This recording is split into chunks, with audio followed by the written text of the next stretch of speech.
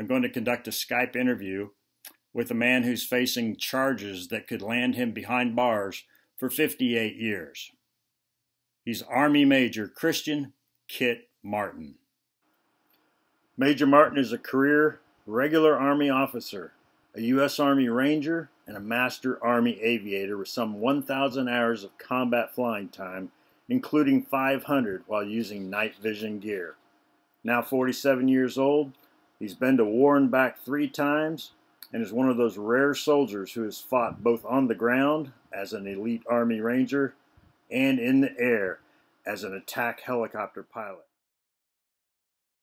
Still, nothing could have prepared him for the battle he's fighting now, trying to avoid becoming the next victim of the Pentagon's sexual assault witch hunt.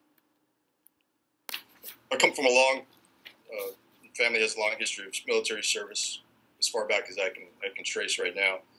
My dad was in the Air Force, 30 years, a Chief Master Sergeant. My sister also was in the Air Force, retired as a nurse after doing 20 years. So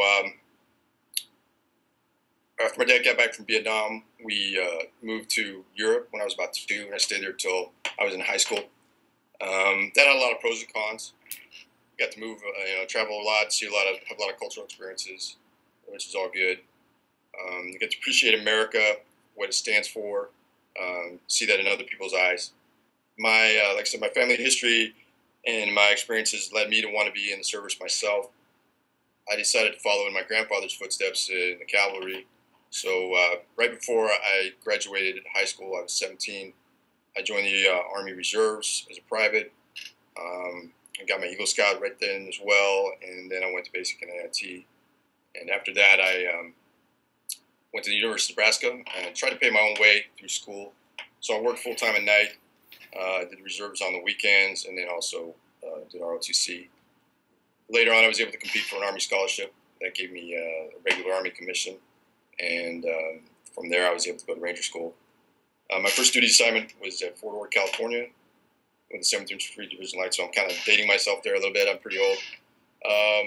When they disbanded the 7th, I went with the 9th Infantry Regiment to Fort Lewis, Washington, and there I fell under the 2nd of the 8th Field Artillery.